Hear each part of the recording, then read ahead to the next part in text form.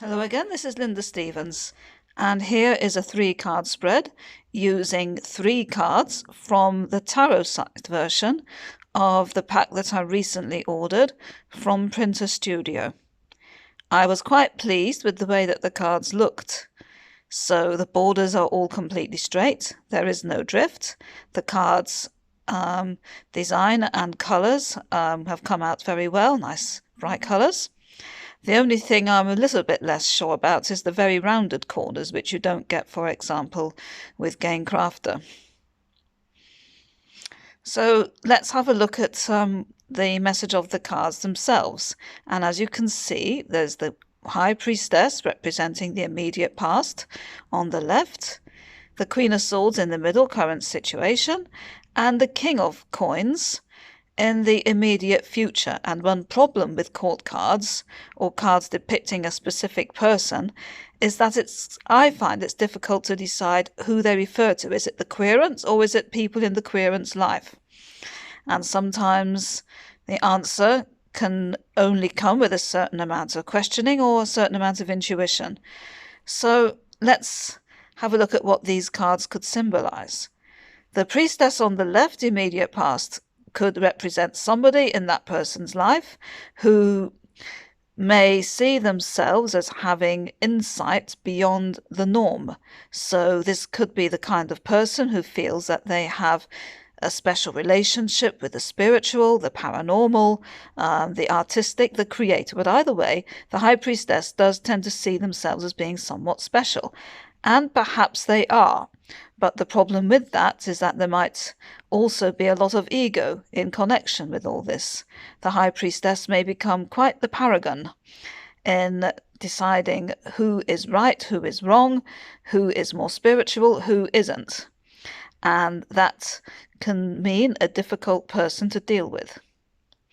In the middle, you have the Queen of Swords. Now, the Queen of Swords, the point about the swords is that they cut away the binds that tie, and this means the cutting off of a relationship, perhaps for the best as well.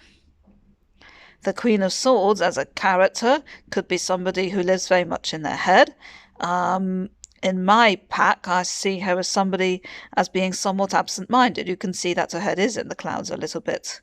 But the Queen of Swords is capable of fairly decisive action once they decide that they don't want somebody in their life.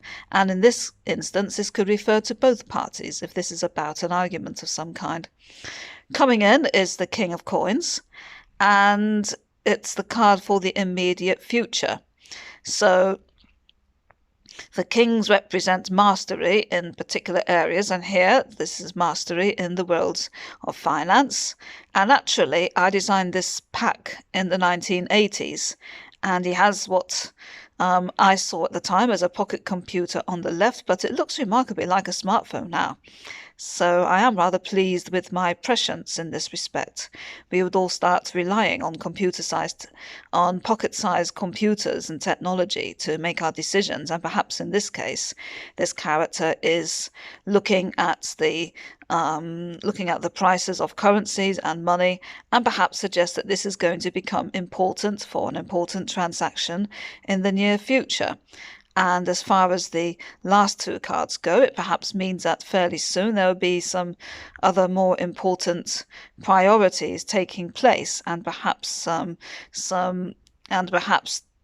finding the kind of individuals who have a much more professional approach to things. In areas of psychic work and business, I think anybody involved in these kinds of work does have to have that side to them if they're going to be successful in the future.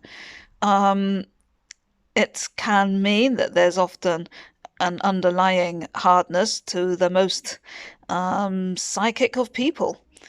Something I have noticed, and of course the artists who say that money doesn't matter to them, well, perhaps these are the people to avoid, because when in providing any kind of service, you hope that they will be upfront about the kind of money they want and not change their minds later or expect a donation or guilt trip.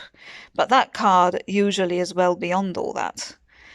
I'm not sure about the relevance to the earlier two cards it has, but perhaps it does indicate that the future in finding people to work with from a marketing point of view may be with the King of Coins rather than with individuals who are also part of the psychic world, but I could well be wrong in that.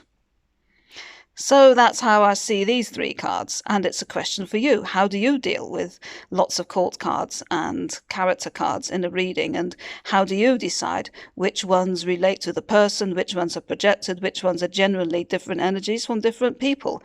It's a very interesting dilemma. Be interested to hear your thoughts. Bye.